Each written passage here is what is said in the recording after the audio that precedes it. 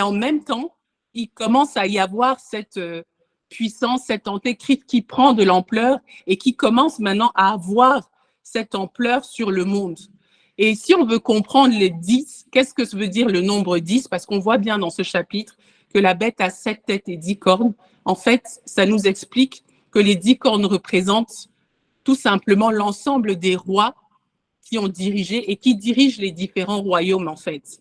Donc, les 7 têtes qui représentent les royaumes ont été dirigés par un ensemble de dirigeants qu'on représente ici par un nombre de 10. Donc, les cornes symbolisent l'ensemble des dirigeants. La suite nous permet aussi de comprendre de plus en plus et de voir en fait l'unité de la Bible dans ces différents versets.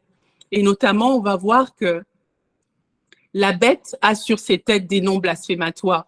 Qu'est-ce qu'on entend par blasphématoire? Ce sont des noms injurieux, tout simplement, qui calomnient, qui insultent Dieu. Parce qu'aujourd'hui, on voit le monde veut dominer, mais sans Dieu. Les humains veulent le pouvoir, mais ils ne veulent pas de Dieu, en fait. Et on a vu déjà dès le début à la Bible où ils ont renié Dieu et qu'ils ont voulu avoir des rois. En fait, tout cela, en fait, représente les différents gouvernements qui auront eu à siéger sur la terre depuis lors. Donc, Dieu laisse certes faire les choses, mais on peut toujours voir qu'il a le contrôle en toutes choses.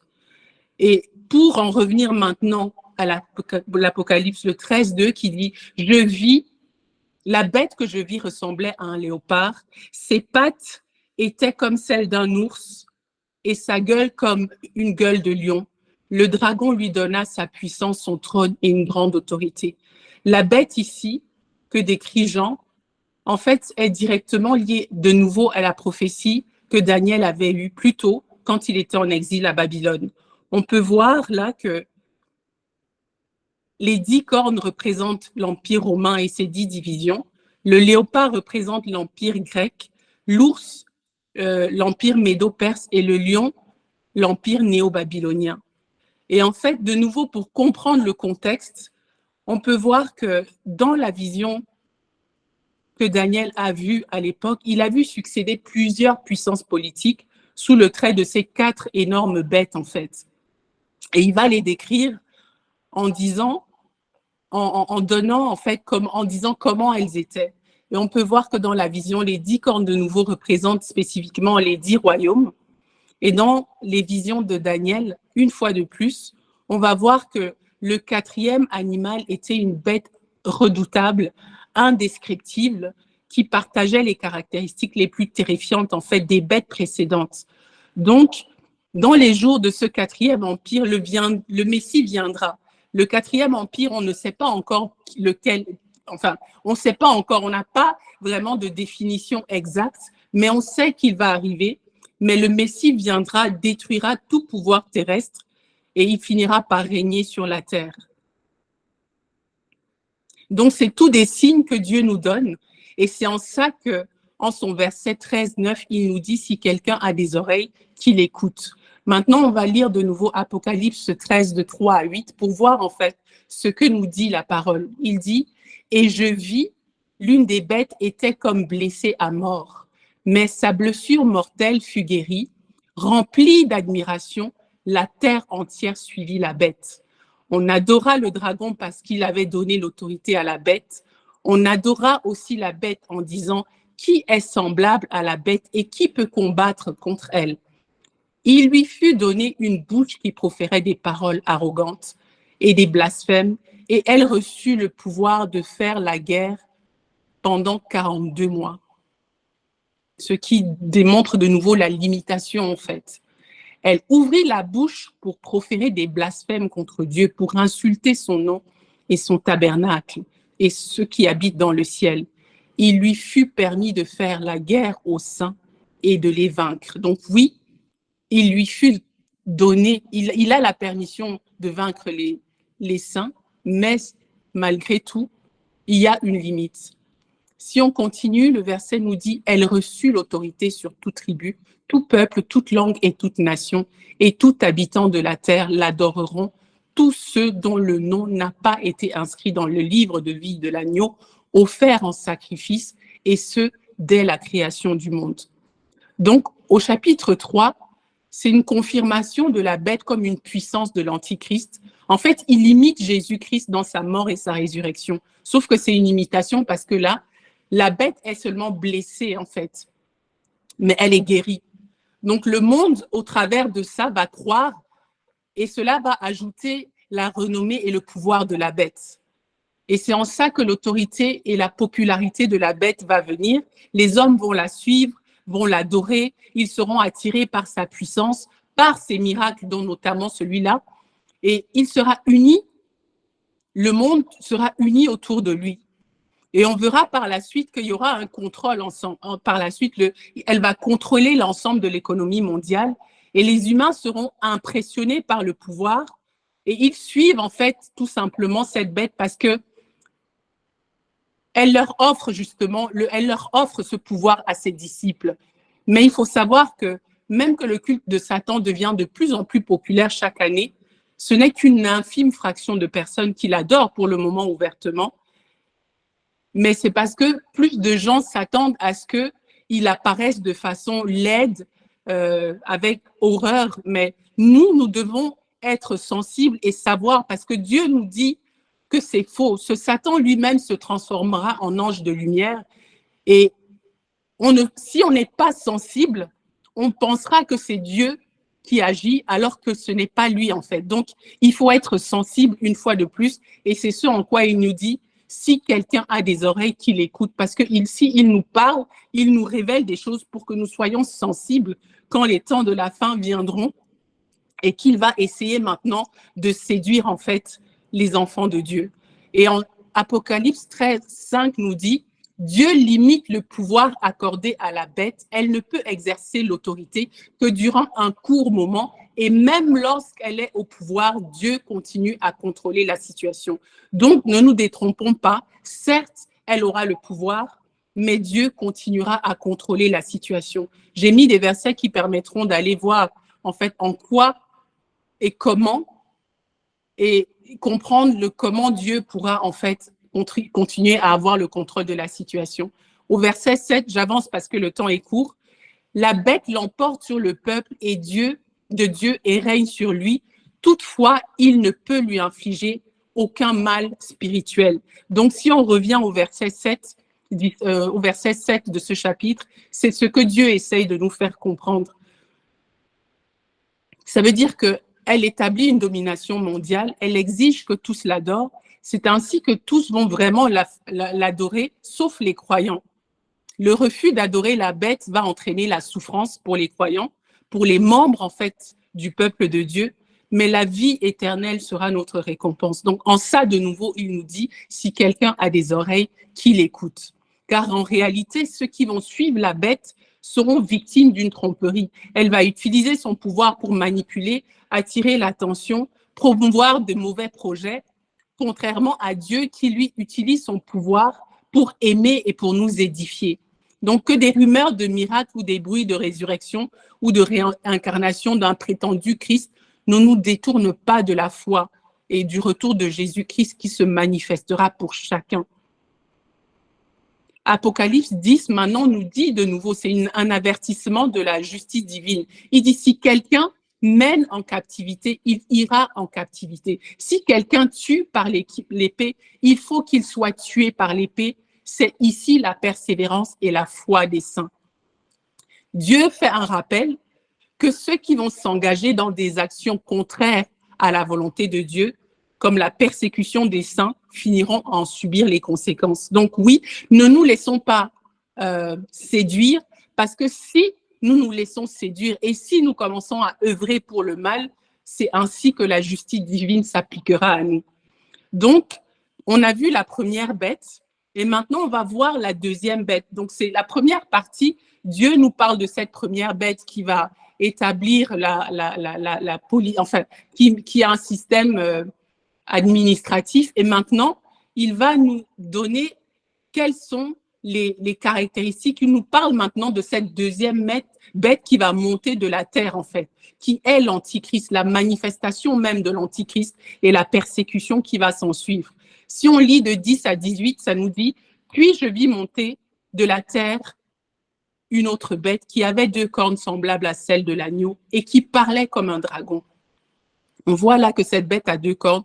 Elle a les caractéristiques d'un agneau. Elle viendra de façon insidieuse, mais en fait, elle représente le dragon. Elle exerçait toute l'autorité de la première bête en sa présence. Elle faisait que la terre et ses habitants l'adoraient, la première bête dont la blessure mortelle avait été guérie. Elle opérait de grands prodiges, même jusqu'à faire descendre du feu du ciel sur la terre à la vue des hommes.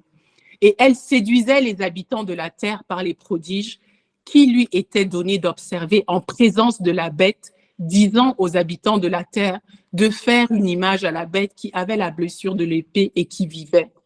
Et il lui fut donné d'animer l'image de la bête afin que l'image de la bête parlât et qu'elle fît tous ceux qui n'adoreraient pas l'image de la bête fussent tués. Et elle fit que tous, petits et grands, riches et pauvres, libres et esclaves, reçussent une marque sur la main droite ou sur leur front, et que personne ne put acheter ni vendre sans avoir la marque, le nom de la bête ou le nombre de ce nom. C'est ici la sagesse, que celui qui a de l'intelligence calcule le nombre de la bête, car c'est un nombre d'hommes et son nombre est 666. Le passage, en fait, maintenant nous permet d'identifier la bête de l'Apocalypse à l'Antichrist. Que signifie Antichrist? C'est tout simplement quelque chose, le préfixe nous dit c'est quelque chose qui est contraire, en fait, à ou à la place de. Donc, l'Antichrist apparaît ici comme contraire à Jésus. Il est à la place de Jésus. Et la plupart des gens se sont concentrés sur l'idée du contraire à Jésus, alors qu'il y a une autre perspective qui suggère que l'Antichrist va en fait ressembler à un substitut de Jésus. Il viendra sous une forme magnifique, charmante. En fait, il va essayer de nous séduire, de nous tromper. Donc, de nouveau, il nous dit que celui qui a des oreilles écoute et entende. Il pourra être perçu comme un sauveur par certains, mais en réalité, ce sera un faux Messie, s'opposant vraiment à la véritable nature de Jésus-Christ. Donc, c'est important et c'est pour ça que Dieu nous donne tous ces signes afin que nous puissions comprendre et être sensibles. Dans toute la Bible, les miracles servent à prouver la puissance, l'amour de Dieu, son autorité, mais ici, les faux miracles sont accomplis pour le seul objectif de tromper, en fait. Donc, c'est la raison pour laquelle il nous faut examiner à la lumière de la Bible toute chose. Laissons la Bible nous guider notre foi, notre manière d'agir, et ne nous laissons pas tromper quand on voit des miracles à penser qu'il s'agit de Dieu, parce que souvent la source n'est pas celle de Dieu. Raison pour laquelle nous devons nous focaliser sur la parole, qu'il est important de nous focaliser sur la parole. J'ai mis ici quelques descriptions qui nous permettent de comprendre en fait la deuxième bête. Elle a un pouvoir surnaturel comme on a vu, et en fait de nouveau ça nous donne toujours des liens avec des paroles, des versets de la Bible. À l'époque d'Exode, par exemple, Aaron a accompli des miracles jusqu'à un certain point, mais il a aussi été égalé par des miracles accomplis par les magiciens. Donc, pour ceux qui ne sont pas sensibles, ils vont penser que, ah oui, ça veut dire que c'est Dieu, mais en fait, non. Donc, il faut être sensible, il faut être à l'écoute pour pouvoir discerner. On verra dans les stratégies économiques, en fait, que maintenant, il y aura une marque. Il nous dit, et à 16, 17 de l'Apocalypse 13, il dit, et elle fit que tous, petits, grands, riches et pauvres, libres et esclaves, reçussent une marque sur leur main droite ou sur leur front, et que personne ne put acheter ni vendre sans avoir la marque, le nom de la bête ou le nombre de son nom. Ça veut dire que Satan, une fois de plus, n'est pas créatif, il imite Dieu. C'est une parodie, en fait, de ce que Dieu a déjà fait. Parce que Dieu a marqué son peuple. Dieu a mis sur nous une marque pour pouvoir nous identifier. Et de la même façon, le dragon fait la même chose, en fait. Donc, il n'est pas question, c'est pas le plus important, c'est pas d'identifier cette marque, mais d'avoir compris c'est quoi l'objectif de cette marque, afin que nous ne nous laissions pas tromper. Parce que l'accepter, ce serait reconnaître qu'on appartient à Satan. On voit de nos jours que ça commence à prendre place de façon très insidieuse. Aujourd'hui, on dépend beaucoup de tout sur la technologie, les ordinateurs, à implanter des puces. Ça a l'air de rien. On essaye de nous faire croire certaines choses alors que derrière, il se cache un objectif qui est complètement différent. Donc, il faut vraiment être sensible une fois de plus et être à l'écoute, comme nous le dit le verset 9. Écoutez, entendez en fait. Le nombre de la bête qui est, donné au verset 18, la signification de ce nom en fait, en lisant, on voit que c'est sujet à beaucoup de discussions. Il y en a qui ont attribué la signification de 6, en fait, comme étant le nombre d'un homme à celui de la fausse trinité de Satan, avec la première bête et le prétendu prophète. Et il y a une opinion qui dit, tout simplement, de la même façon que 7 représente la perfection suprême et que 6, c'est le nombre d'un homme. Alors le 666, c'est tout simplement loin de cette perfection. Et l'Église primitive avait en fait identifié l'Antichrist à César, qui était l'empereur romain de l'époque et qui symbolisait à lui seul en fait le mal de l'Empire romain. Donc ils ont pris la somme qui correspond aux lettres grecques de Néron et ils en ont fait le 666. Donc en fait, juste pour dire que ce 6 est une marque, une représentation qui symbolise le mal. Et même qu'il représente et symbolise la domination mondiale et la Trinité qui cherche à renverser Dieu, il faut tout simplement que nous gardions juste en tête c'est quoi l'objectif et que nous ne soyons pas terrorisés vis-à-vis de cela. En fait, ça nous permet juste de pouvoir faire la différence et discerner au mieux par la grâce et par le Saint-Esprit lui-même. Donc, pour résumer, on verra tout simplement que Jean a vu des bêtes qui symbolisent une grande puissance et une tromperie. La première bête qui monte de la terre représente l'autorité et la domination. La deuxième bête paraîtra innocente comme un agneau, mais en fait, elle parlera avec ruse, comme un dragon en fait. Donc, une fois de plus, soyons vraiment sensibles à sa parole, de sorte à ce que nous puissions discerner déjà maintenant qui est de Dieu et qui ne l'est pas, et que nous ne nous laissions pas séduire en fait par les miracles de l'Antéchrist ou certaines puissances aujourd'hui qui vont prendre le contrôle, essayer de nous réunir avec des projets qui semblent à la base de paix, mais derrière lesquels l'objectif en lui-même, c'est tout simplement de renverser Dieu afin que le mal prenne de l'ampleur encore plus. Donc sur ça, je vais passer la parole à ma sœur, Chirène. J'espère que vous aurez pu un peu chacune tirer quelque chose de cette chose. Amen. Amen. Bonsoir les brides, j'espère que vous êtes là. Amen, amen. On est là. Hello, vous êtes là? Amen, amen. Je, je rigolais. Maintenant que nous sommes nous-mêmes à la barre, là, c'est impossible de somnoler. Parce que souvent, là, vraiment, en tout cas, que le Seigneur soit avec nous ce soir, comme il l'a toujours été, et qui permette à chacune d'entre nous de saisir en tout cas sa part. Comme les autres, malheureusement, je m'excuse, il n'y a pas, enfin, dans la présentation, vous n'allez avoir que le chapitre 14 que je vais tenter d'expliquer. Mais avec la grâce de Dieu, mes coéquipières sont tellement talentueuses dessus que on va, en tout cas, on va tout faire pour le compléter, pour qu'il soit disponible éventuellement pour celles qui voudront, voilà, celles qui voudront relire ou bien revenir sur ce qu'on se dit ce soir. Donc, demeurez bénis et je vais donc partager avec vous le chapitre 14, hein, en lisant la Bible et en tentant de donner aussi quelques explications de la compréhension qu'on a pu ressortir de ce chapitre. Donc, Apocalypse 14, à partir du verset 1.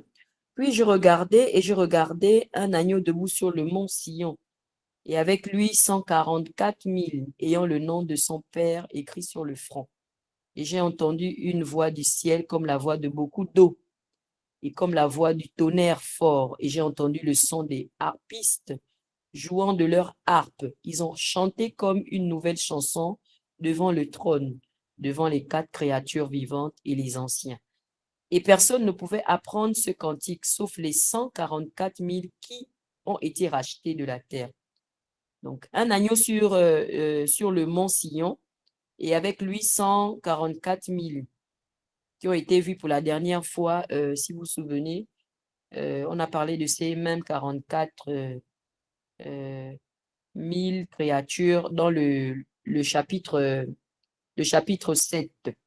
Donc, ils ont été identifiés dans ce chapitre 7 comme un groupe de croyants juifs qui ont servi pendant la grande tribulation et reçoivent un sceau de protection tout au long de cette période, puisqu'ils se tiennent sur le mont Sion avec l'agneau. Cela montre qu'ils sortent victorieux de la grande tribulation. La bête de l'Apocalypse 13 n'a certainement pas vaincu les 144 000. Ici, ils sont triomphants, adorants et fermes avec Jésus. Amen. Donc, l'Apocalypse 14, ce qu'il faut comprendre, c'est que c'est le chapitre qui va répondre à 2 questions importantes soulevées dans l'Apocalypse 13. La bête de l'Apocalypse 13 était terrifiant et géant. Et il a même pu faire la guerre aux saints et la Bible nous dit qu'il a pu les vaincre. Donc, la question c'est, il est juste qu'on se demande, est-ce que la bête a été complètement victorieuse sur le peuple de Dieu? Une autre question, la présence des 144 000 sur le mont Sion avec l'agneau nous dit en fait que, en réalité, la bête, comme nous l'avons vu dans le chapitre 13, n'est pas vainqueur en fait. Donc, la deuxième question, je vous disais que s'il y a 2 questions à retenir, c'est parce que comme on vient de lire le chapitre 13 et qu'on a parlé de la bête, on peut se demander est-ce que c'est elle qui a vaincu? Mais la Bible dit qu'il y a eu 144 000 êtres vivants, donc on comprend bien qu'elle n'est pas vainqueur, mais au contraire, il y a 144 000 qui se sont préservés purs. Et donc, la deuxième question qu'on peut se poser, c'est qu'arrive-t-il aux disciples? Et le chapitre 14, en tout cas, va nous aider à répondre à cette question. Donc, je disais tout à l'heure qu'on avait parlé dans l'Apocalypse 7. Dans l'Apocalypse 7, les 144 000 sont vus au début de la grande tribulation. Et dans l'Apocalypse 14, il les montre en triomphe à la fin de la grande tribulation. Amen. Donc, debout sur le mont Sion, ils se sont rassemblés sur le mont Sion parce que Sion, l'ancien nom des collines qui forment Jérusalem, est l'endroit où le Messie rassemble ses rachetés et règne sur la terre. Nous pouvons le lire aussi dans Ésaïe 24, verset 23, dans Joël 2, verset 32, dans le psaume 48. Donc, les 144 000 sont comme les jeunes Juifs qui ont survécu à la fournaise ardente de Daniel 3, verset 19 à 25. Il prouve la capacité de Dieu à préserver son peuple. Amen. Avoir le nom de son Père écrit sur le front, et c'est ce que la Bible nous dit, les disciples de Satan et de la bête peuvent avoir une marque sur leur main ou leur front, mais cette marque n'est qu'une copie de l'idée derrière la marque d'identification sur le front de chacun des 144 000, montrant qu'ils appartiennent au Père. Et qui étaient ces gens ayant le nom de son père écrit, de leur père écrit sur le front? On peut comprendre en fait, selon des recherches qu'on a pu faire, ils avaient le nom de leur père et celui de personne d'autre. Donc, on peut comprendre que un tel accord concerne l'appartenance à cette dénomination. Pourquoi? Si vous deviez aller aux portes du ciel et demander s'il y avait quelqu'un qui peut les reconnaître, l'ange ne ferait que vous regarder et vous ne vous répondrez pas. Si vous deviez demander s'ils avaient, là c'est pour identifier, on tente d'identifier les 144 000 qui sont décrits dans la Bible. Donc, un auteur nous dit, excusez-moi, oh, j'ai bougé ma page. Oh, sorry. Une minute, pardon, j'ai bougé la page d'où se trouvait mon texte.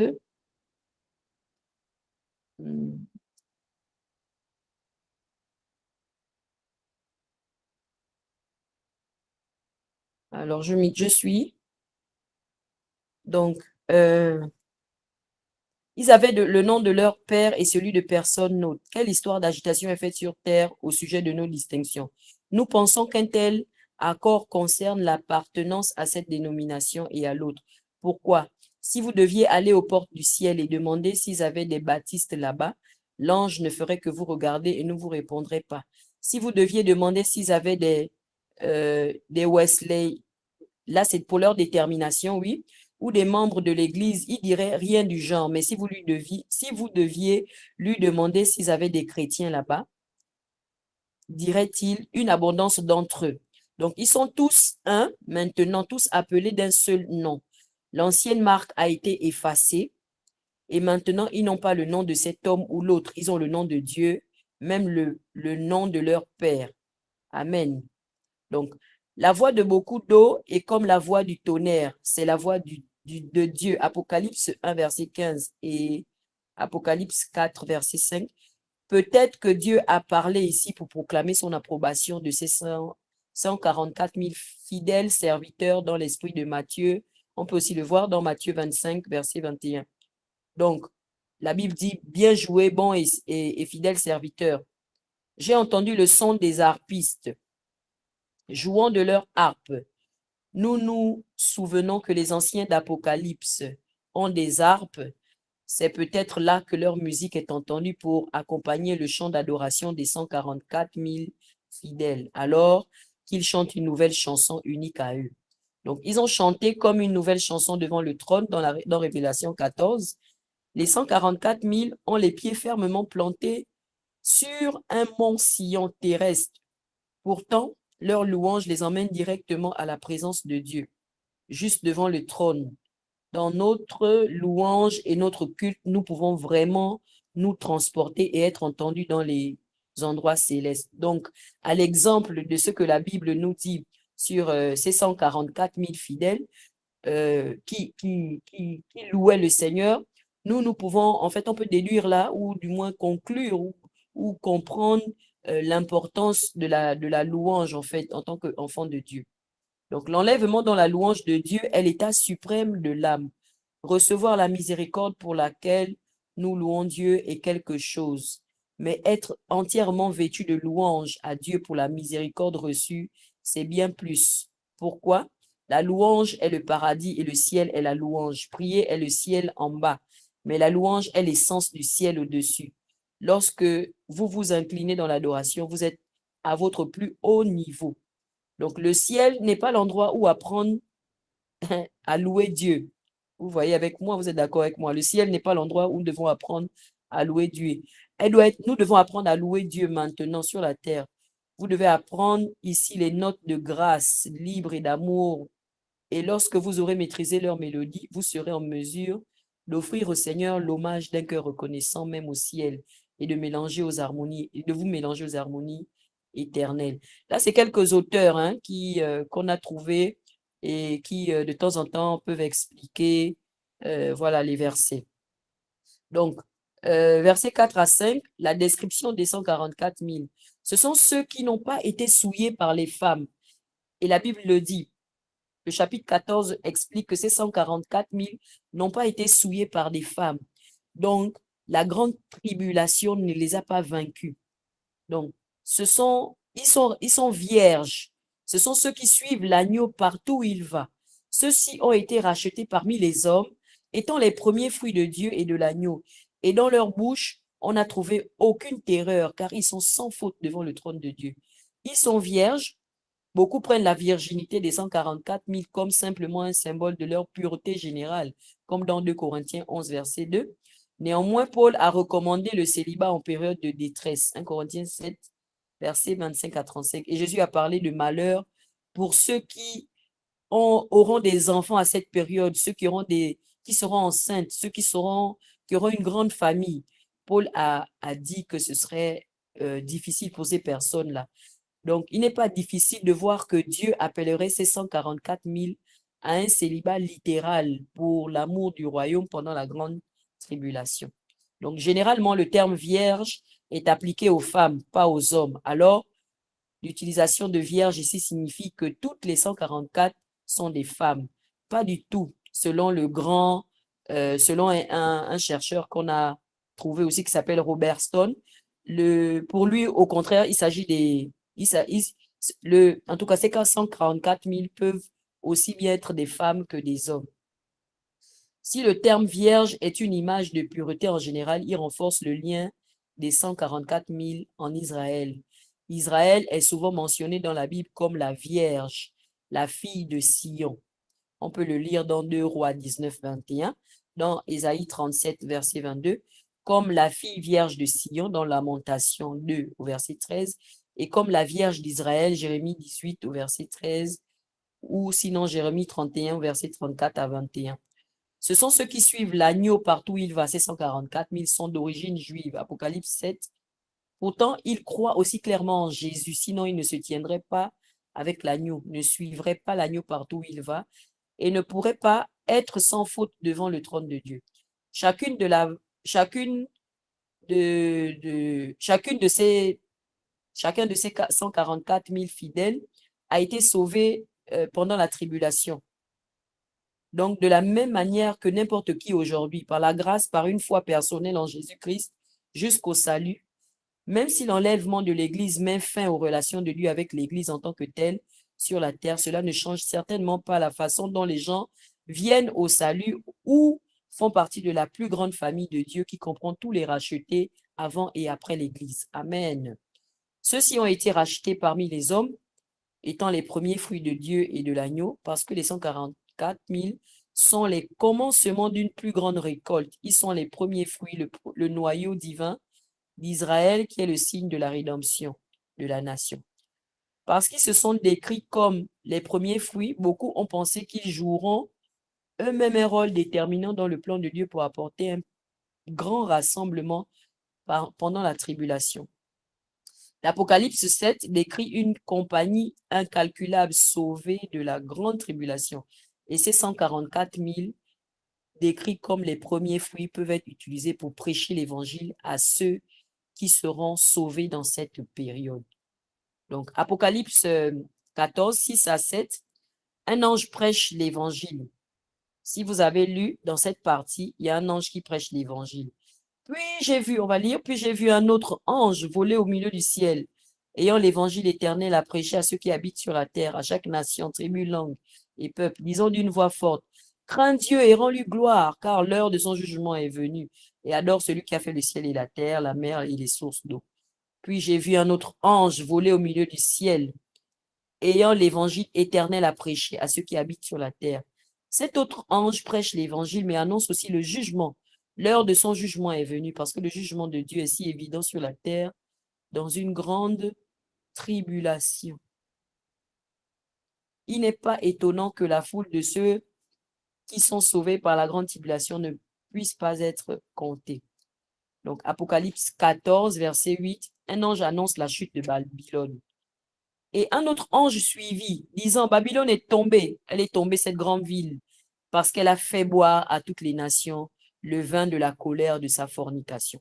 Donc, prophétiquement, Babylone fait parfois référence à une ville littérale, parfois à un système religieux, parfois à un système politique, le tout découlant du système maléfique de Babylone historique. Parce qu'elle a fait boire à toutes les nations le vin de la colère de sa fornication, quand on nous dit que Babylone a conduit toutes les nations à la fornication, l'idée principale est la fornication spirituelle, le culte d'autres dieux, donc l'idolâtrie. Cependant, nous ne sommes jamais surpris de voir la fornication spirituelle accompagné d'une immoralité. Donc, au verset 9, 11, un troisième ange met en garde contre le jugement à venir. Puis un troisième ange les suivit, disant d'une voix forte, si quelqu'un adore la bête et son image et reçoit sa marque sur son front ou sur sa main, il boira lui-même du vin de la colère de Dieu qui est versé de toute sa force dans la coupe de son indignation. Il sera tourmenté par le feu et le soufre en présence des saints anges et en présence de l'agneau, et la fumée de leur tourment monte à jamais et à jamais. Ils n'ont pas de repos jour et nuit, qui adorent la bête et son image, et quiconque reçoit la bête de son nom. Si quelqu'un adore la bête et son image et reçoit sa marque sur son front ou sur sa main, cela nous rappelle qu'il y a un lien entre adorer la bête et son image et recevoir sa marque sur son front ou sur sa main. Personne ne perdra la marque par hasard ou accidentellement. Le lien entre adorer la bête et prendre la marque sera assez clair. Donc, bien que recevoir la marque puisse sembler assez innocent pour ceux qui habitent sur la terre, à leurs yeux, cela peut ne pas sembler beaucoup plus qu'un simple serment d'allégeance et de dévotion à l'Antéchrist et à son gouvernement. C'était la même chose dans les premiers siècles du christianisme. Lorsque brûler une pincée d'encens à une image de César et promettre à César qu'il était notre Dieu était considéré comme un acte innocent de devoir civique envers les anciens païens. Donc lui-même boira aussi du vin de la colère de Dieu qui est versé de pleine force dans la coupe de son indignation. Ceux qui adorent l'Antéchrist seront forcés de boire le vin de la colère de Dieu. Cette tasse de colère de Dieu est comme du vin non dilué, mélangé à des épices pour la rendre encore plus forte. L'idée que Dieu tient une coupe de colère qui fait boire à ceux qui sont sous son jugement est exprimée plus de 13 fois dans la Bible. Je vous passe les exemples. C'est l'idée derrière la coupe que Jésus voulait éviter. Est-ce que vous vous rappelez, Jésus s'est mis prêt à aller subir ce qu'il a subi pour nous. Voilà, il a demandé à Dieu s'il est possible que cette coupe s'éloigne de moi. Voilà, mais à cela ne tienne non pas ma volonté, mais ta volonté. Donc, derrière, voilà l'idée derrière la coupe de la colère de Dieu pour ceux qui, voilà, ceux qui auront, qui auront la marque de la bête sur eux. Donc, Jésus a volontiers pris la coupe de la colère du Père que nous méritions. Ici, les ennemis de Jésus n'ont pas le choix. La coupe leur est imposée. Donc, le vin de la colère de Dieu, la coupe de son indignation, le vin dans la coupe est associé à la colère. Le mot grec ancien thymos qui décrit une colère passionnée, la coupe elle-même est associée à l'indignation.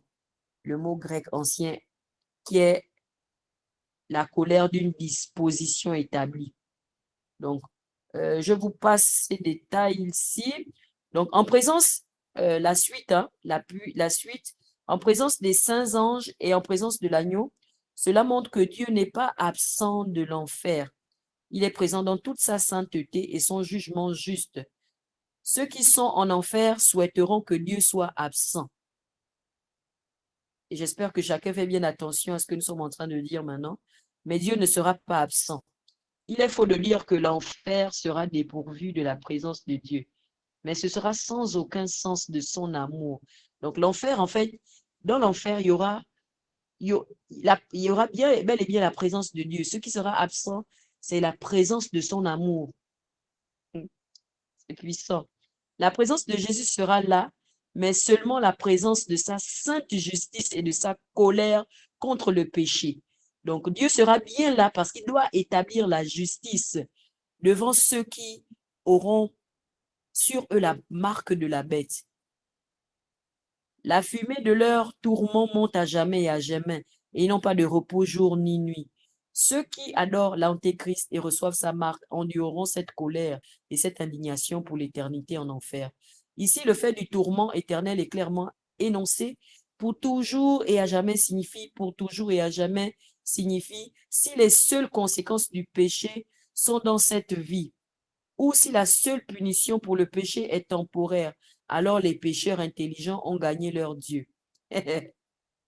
Donc, Donc, si à Dieu les hommes penseraient et parleraient partout davantage de l'enfer et de cette éternité d'extrémité qu'ils ne pourront jamais autrement éviter et demeurer, certes, un bon moyen d'échapper à l'enfer est de prendre un tour ou deux.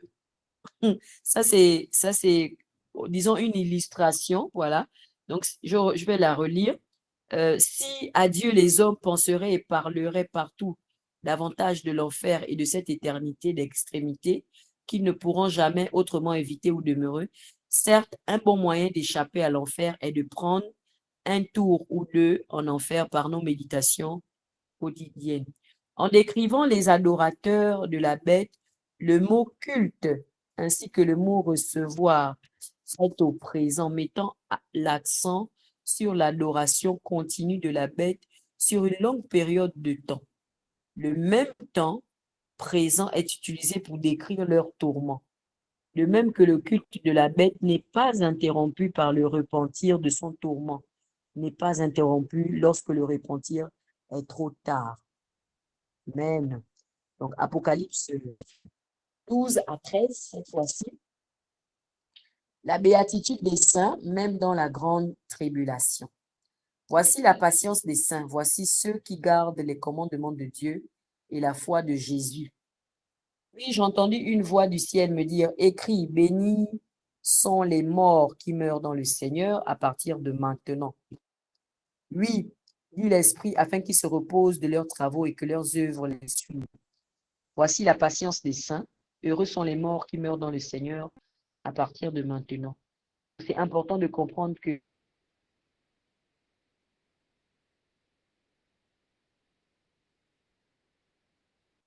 vraiment nous devons nous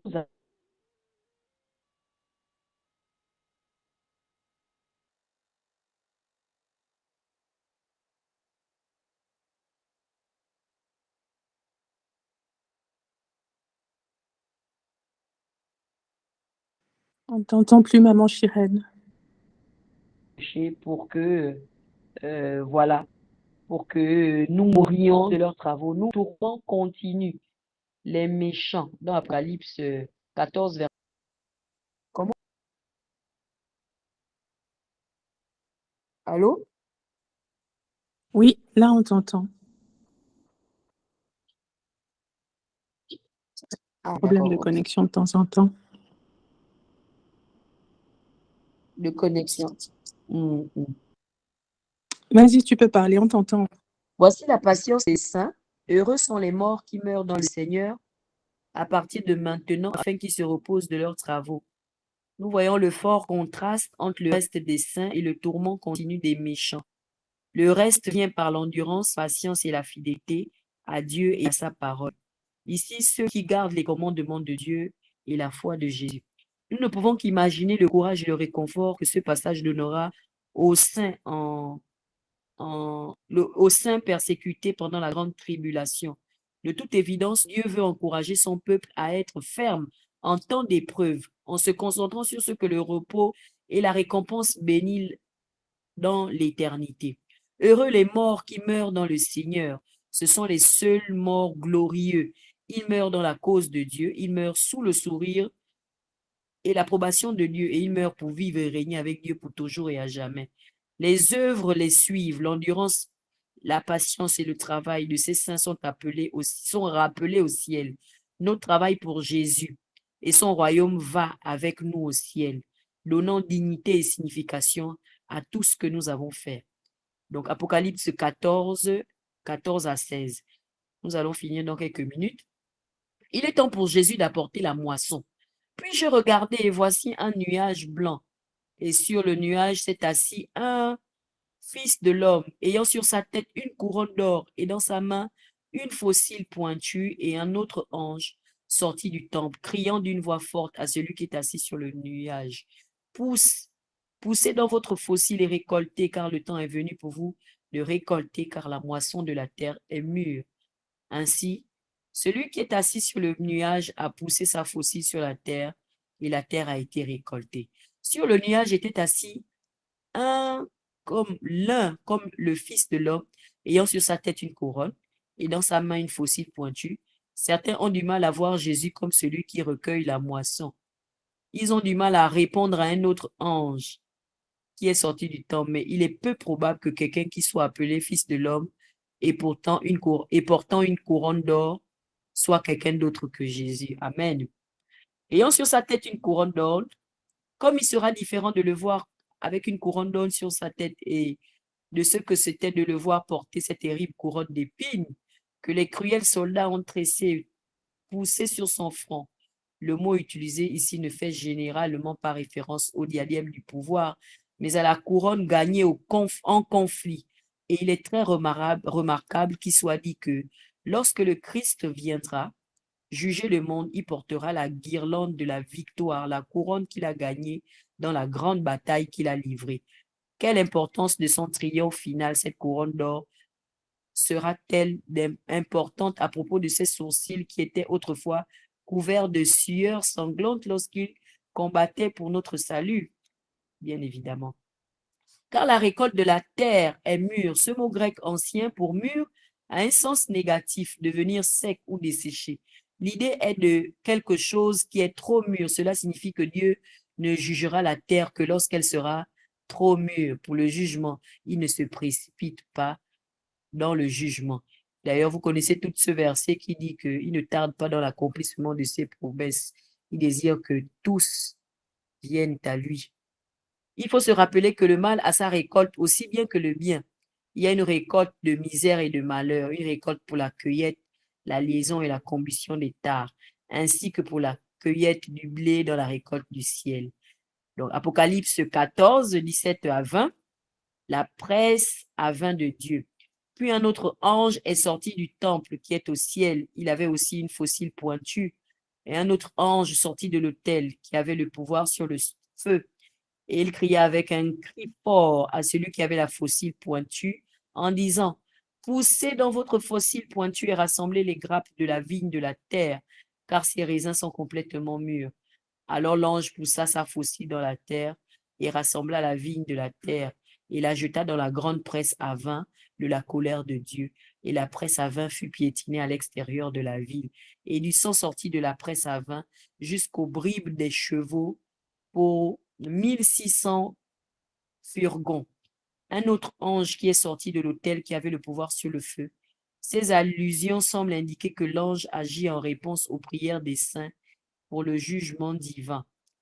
La grande presse à vin de la colère de Dieu, cette image vivante du jugement a été l'inspiration de l'hymne de bataille de la République. Mes yeux ont vu la gloire de la venue du Seigneur. Il piétine le vignoble où sont stockés les raisins de la colère. Il a lâché l'éclair fatidique de sa terrible épée rapide. Sa vérité continue. Poussez dans votre fossile pointu et rassemblez les grappes de la vigne de la terre, car ces raisins sont complètement mûrs. L'image de la seconde venue de Jésus en tant que moisson est également communiquée dans le livre de Matthieu 13, au verset 24 à 30, avec la parole du blé et des tares.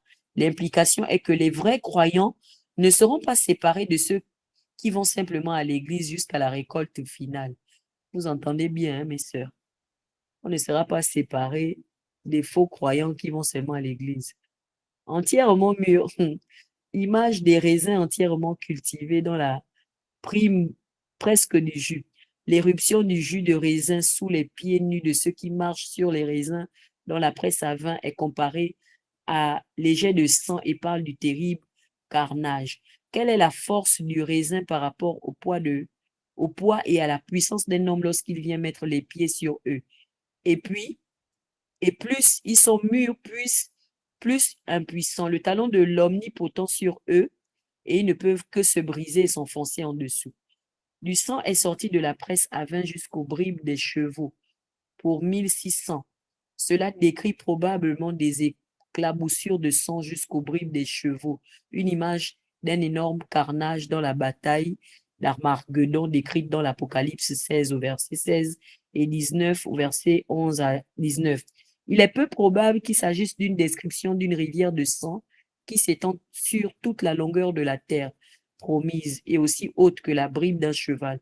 Ce serait une rivière de sang presque incompréhensible. Dans les temps anciens, une zone de bataille s'étendait sur 1600 mètres environ, étant au-delà de tous les conflits connus, mais dans la guerre moderne, la zone couverte, 1600 mètres, est précise que la zone dans un rayon de 2000 mètres de Jérusalem sera rassemblée au moment de la seconde venue de Christ. Cette description vivante et puissante montre à quel point le jugement de Dieu est complet. L'Apocalypse 14, donc voilà, on en arrive à la conclusion. Ce qu'il fallait comprendre, c'est que l'Apocalypse 14, c'est la réponse parfaite à l'Apocalypse 13. À la fin de l'Apocalypse 13, il semblait presque Satan et l'Antéchrist. Il semblait presque Satan et l'Antéchrist pouvaient gagner ou avaient gagné. Mais l'Apocalypse 14 montre qui est vraiment triomphant, puissant et qui a le contrôle. Donc Dieu, son Messie et son peuple, mais pas Satan, pas l'Antéchrist et ses disciples. Alléluia. Amen. Amen, amen. Amen.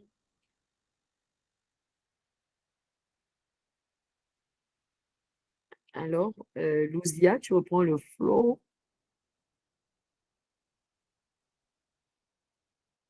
Ou Mais là, Paula. on doit juste, si quelqu'un a des questions, si quelqu'un veut commenter, Amen.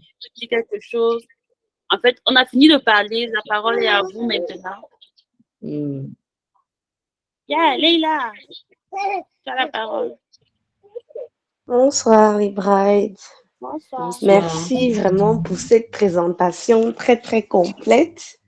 On s'est laissé emporter par le flow. C'était vraiment très bien. Merci les sœurs. Je me sens profondément bénie par tout ce que vous avez partagé ce soir, mais je voudrais juste partager quelque chose en plus concernant le chapitre 12 de Louzia, que Louzia a commenté. J'ai reçu particulièrement quelques versets de ce chapitre en fin d'année, quand vraiment, on va dire que je ramais spirituellement, j'étais fatiguée, j'étais épuisée, j'étais pas dans le mood. Et j'ai vraiment suivi une étude qui parlait de ce passage, particulièrement du passage qui dit qu'il y avait la guerre dans le ciel. Et Dieu a vraiment utilisé ce passage pour me faire comprendre qu'il y avait la guerre dans le ciel. Pourquoi est-ce que tu penses qu'il n'y aura pas la guerre dans ta vie? Même dans le ciel, là, Satan a pensé qu'il pouvait. C'est-à-dire que nous savons en tant que chrétiens qu'on a la victoire, mais le diable aussi, lui, pense qu'il peut. Et il ne faut pas qu'on se dise que il va rester là à se tourner les pouces et il va accepter que non, c'est Dieu le plus fort. Lui, là, il pense qu'il peut, il pense qu'il est quelqu'un. C'est comme un chef bandit dans un film. C'est un mégalomane. Il pense qu'il peut. Et j'aime beaucoup dans ce verset, justement, qui a eu la guerre. Et ça nous rappelle aussi qu'en tant que chrétien, on doit se lever dans la foi. On doit se lever et parfois on doit mener les guerres quand il faut mener les guerres. Il faut penser aussi à se lever en prière et à lui dire que, mon ami, tu mens, tu es un menteur. Celui qui a inventé le mensonge, c'était toi. Donc, tu vas retourner à ta place de menteur. Donc, c'est ce que je voulais partager avec vous. Mais j'ai vraiment été bénie par l'étude, parce que vous avez vraiment donné beaucoup de détails. C'est vrai que Apocalypse, c'est quelque chose de difficile à lire tout seul, c'est quelque chose de difficile à appréhender. Il y a tellement de choses et d'images qu'on ne comprend pas forcément. Et vraiment, je tiens à vous féliciter parce que you've been up to the task.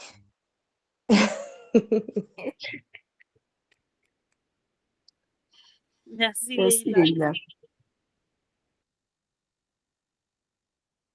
Est-ce qu'on avait un autre commentaire? Yes.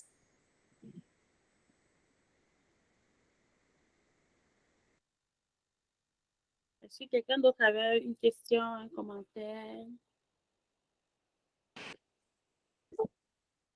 Oui, Larissa. Oui, merci beaucoup les sœurs, merci Lydia, Paula et Maman Chirène. Alors, c'est pour partager aussi ce que j'ai pu recevoir sur la contrefaçon qu'est le diable en fait, qui peut arriver avec avec des masques, des couches qui peuvent sembler jolies et je me disais mais comment, et en même temps j'avais la réponse qui arrivait simultanément, comment ne pas se laisser distraire par, par ces approches. Parce que quand ça arrive comme ça a été décrit, alors c'est peut-être Révélation 13, quand il arrive tout moche, enfin, il fait peur là, avec il ressemble à la face du lion, les pattes de l'ours. Là, tu peux te dire, non, vraiment, c'est lui, là, je le reconnais. Mais quand il arrive en contrefaçon et prend l'image, il dit, je suis 6, mais si c'est pas 7 gars. Non, tu mens. mais comment ne pas se laisser tromper? C'est par l'Esprit Saint vraiment, qui peut aussi nous guider. Effectivement, dans la parole, on se réfugie dans la parole et aussi grâce à l'Esprit Saint qui va nous éclairer, qui va nous armer et pour qu'on puisse entendre, comme Maman Chérène partageait là, c'est Maman Chérène, là je sais plus si c'était 13 ou 14, en tout cas, non, 13 je crois, celui qui a les oreilles entendre, de vraiment persévérer dans cet entendement et dans cette connaissance qui ne finit pas, qui est inépuisable. J'ai aussi été très bénie ce soir par vous, mes sœurs, merci. Merci, merci. Amen. Amen. Merci, Larissa. Amen. Moi aussi, je voulais vous dire merci. Lydia, pour Maman Chirène, on voit vraiment tout le travail que vous avez mis dessus pour nous communiquer toutes ces richesses, toutes ces ressources, ces chapitres. C'était très bénissant et de voir l'application aussi dans nos vies et d'être, en anglais, on dit literate, donc de connaître le ABC, au moins le début du ABC de la fin des temps. Parce que sans avoir une bonne compréhension, bon, peut-être même pas une bonne compréhension, même sans entendre ce qui va arriver, c'est une des premières portes pour être déçu et pour être trompé. Et donc, c'est très intéressant, vraiment, ces passages cyclés sur Israël qui sera caché, qui va être abrité, la femme enceinte dans les cieux, de connaître ce que ça veut dire bibliquement et dans son contexte. Parce que beaucoup de passages sont souvent pris, des versets sont pris de ces passages-là. Et des fois, on ne comprend même pas le contexte, comme un des versets les plus connus, Apocalypse 12, verset 11. Ils ont vaincu par la puissance de leur témoignage et par le sang, par le sang de l'agneau, par le sang de l'agneau et par la puissance de leur témoignage. Ça, c'est Apocalypse 12, verset 11. Que Lucia a fait, mais là, on comprend maintenant dans le contexte de la femme enceinte, Israël enceinte. Certains, les catholiques, ont interprété ça comme Marie, mais ça peut pas être vraiment Marie, parce que après elle a dû fuir, elle a dû être cachée. Donc, il y a des pays qui vont recevoir Israël en ces fins de temps, les abriter. Ensuite, on voit chapitre 13. Voilà, chapitre 13 que Paul a présenté, la vision des bêtes. Et elle a si bien dit que, et comme Larissa a aussi l'a repris, c'est pour ça que je vais aussi reprendre ça, que le diable ne fait que la contrefaçon. Et j'ai aimé ce que Leïla a dit, c'est un menteur, c'est le créateur du mensonge. Et il faut qu'on puisse lui dire, il faut que quand tu es attaqué dans tes pensées, tu vois, quand tu sens la peur monter, tu sais que la peur ne vient pas de Dieu, tu puisses lui rappeler qui il est en fait et dire non, non, tu n'es qu'une contrefaçon, c'est une créature. Le diable, en fait, c'est une créature. C'est une créature dont il ne peut rien créer. On voit même qu'il y a une trinité ou une trinité antichrist. Quand je lisais et j'étudiais ça, je disais, hé, Seigneur. Donc, même la trinité, il a copié. Le Père, le dragon qui sort, le Fils, la bête qui sort, le Saint-Esprit, les faux prophètes qui vont sortir. You know, like, il ne fait que la contrefaçon. Il fait que la contrefaçon de ce qui est réel. Les 7 cornes, les cornes, comme l'agneau qui a les cornes. Mais qu'est-ce qui va différencier? C'est que tous ces agents d'antichrist, même s'il y a un qui va ressembler, comme vous l'avez dit, exposé, qui va ressembler à l'agneau, sa voix sera comme la voix du dragon. Son caractère, même s'il il a l'air d'un agneau, doux, paisible et tout, mais il y aura la marque du dragon en lui. Donc, ça nous aide vraiment beaucoup à discerner parce qu'il y aura beaucoup de tromperie, beaucoup de fausseté, beaucoup de mélange en ces fins de temps. Et je vous dis merci, je bénis le Seigneur pour vos vies. Et vraiment, que ça puisse nous aider à nous rappeler quand les mauvais temps seront plus visibles, en fait, et plus évidents, qu'on puisse se rappeler de ces chapitres, de ces études qu'on a fait. Donc, merci beaucoup, maman. Que le Seigneur continue. Je sais comment c'est quand tu enseignes, ou quand tu exhortes, et une partie de la parole s'emprunte en toi. Donc, je rends grâce à Dieu parce que je sais que chacune d'entre vous qui avait exhorté, qui avait enseigné ce soir, une partie de cette histoire s'emprunte en toi, ça s'emprunte en toi, ça s'imprime en toi.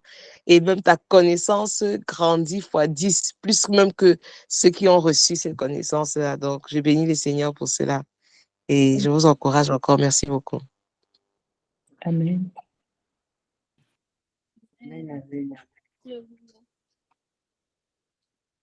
Est-ce qu'il y avait une autre réaction? Question? Oui, Samantha. Shalom, shalom les Braids. Vraiment, merci encore, hein. Merci encore pour avoir show up, pour être venu, non, et avoir apporté, non, un peu de bois au feu de l'hôtel de Praying Bright. Franchement, merci. Ce que il y a un point qui en tout cas, moi qui me parle et que je pense que je vais prendre le temps peut-être d'approfondir aussi, c'est quand on parlait des contrefaçons, c'est la voix. C'est quand Paulette a parlé des oreilles et d'entendre. C'est comme on dit souvent, like, God does not waste. Il n'a pas, lui, Dieu ne fait pas les choses juste pour rien, non. Donc, quand il met de l'emphase sur quelque chose, c'est parce qu'il veut qu'on prête de l'attention. Et je trouve intéressant qu'on est dans un temps où on ne peut pas se fier à ce qu'on voit. On ne peut pas se fier à ce qu'on sent. On ne peut pas se fier. Il faut que tu te fies à ce que tu entends. Est-ce que tu entends la voix? Entends-tu la voix? Et comment beaucoup de fois Jésus parle de ça, non? Comment il dit, je pense que quand il parle du bon pasteur, non? Il dit qu'il y en a qui vont se déguiser. Il y a des loups qui vont se déguiser en agneau. Mais mes brebis entendront ma voix. Et Yes, la ils voix. entendront ma Yes. voix. Donc, ce n'est pas que tu vas voir, tu vas le reconnaître. Ce n'est pas que vous allez marcher ensemble, ça, c'est à la voix. Tu vas reconnaître le bon pasteur du mauvais. Et je pense véritablement que s'il il le dit même encore dans Révélation, c'est pour dire que je pense que la plupart des confusions viendront de là. Et je trouve que c'est tellement intéressant parce qu'on est dans une ère où on est tellement distrait par des sons et des nuisances. La musique, les médias. En fait, c'est comme si tout est fait pour que tu n'entendes pas. Les problèmes même dans les couples, on te dit la communication, mais la communication vient de quoi? Tu ne m'écoutes pas, tu ne m'entends pas. Et je ne faisais que penser à ça depuis à chaque fois que vous ne faisiez que présenter. Je dis, mais tellement de choses viennent de là. On a du mal à entendre la voix du bon pasteur. On a du mal à entendre la voix de Dieu dans la prière. Et comment il faut qu'on reste sensible. Une des choses, par exemple, moi, que le Seigneur me partageait en début de cette année, lui m'a dit, ou que le Seigneur me disait, c'est ta voix dépendra des voix que tu laisses entrer en toi, que tu laisses parler dans ta vie. Il m'a dit, la portée de ta voix dépendra des voix que tu laisses parler dans ta vie. Et ça allait être très cute, non? Mais comme je dis, mignon, c'est très mignon quand on le dit comme ça. Mais qu'est-ce que ça implique? Ça implique, ça monte à filtre les voix qui parlent dans ta vie. En fait, Amen. identifie les voix qui parlent dans ta vie, reconnais les voix qui parlent dans ta vie et filtre. Parce que ce sont celles-là qui te télécommandent. Mm. Non, en tout cas, je pense que c'est vraiment cette partie-là, peut-être dont tu as parlé, je pense que je vais les revoir dans les différentes versions parce que je pense qu'il y a quelque chose là-bas, non? Qui a des oreilles entendent. Amen. Qui a des oreilles entendent. Amen. Merci beaucoup.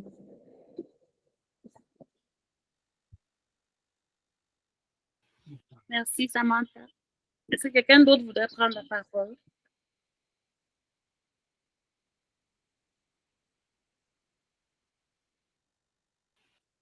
C'est vrai, nous sommes prêts. Est-ce que vous avez des questions posées?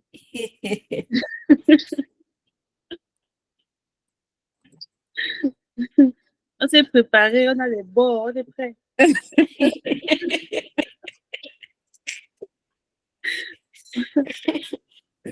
on n'a pas de questions, je crois qu'on va passer à un moment de prière. Maman Chirène, tu vas nous diriger pour notre moment de prière. Amen. Ben, j'ai lu les messages du call là et je voulais vraiment au nom de nous tous, au nom de la tribu, nous excuser pour les manquements que vous avez observés. En l'occurrence, Anne qui signale que on n'a pas fait faire la lecture par les autres. Effectivement, euh, quand on s'apprêtait, on pouvait faire constater que quand les autres lisent, le temps que tu te mettes sur la page, sur le verset qu'on attend de lire, souvent ça égrène les minutes et on a préféré, à cause de ça, le lire nous-mêmes. Et vraiment, désolé, peut-être que ça a aussi eu le revers de ne pas trop vous associer à l'échange. Donc, vraiment désolé. Et pour les autres désagréments aussi que vous avez pu constater, on s'en excuse, mais vraiment, en tout cas, gloire à Dieu qui permet que ce soit le meilleur qui retienne notre attention. Donc, comme il n'y a plus de questions, on va, merci Larissa. On va dire merci au Seigneur. Particulièrement si j'ai été bénie, et comme disait Olivia, quand tu enseignes, voilà quoi, la parole, elle agit doublement en toi, hein. D'ailleurs, même, je crois qu'il y a un verset biblique qui dit que toi qui enseignes là, tu dois, tu dois faire plus attention. Et je crois que c'est l'attitude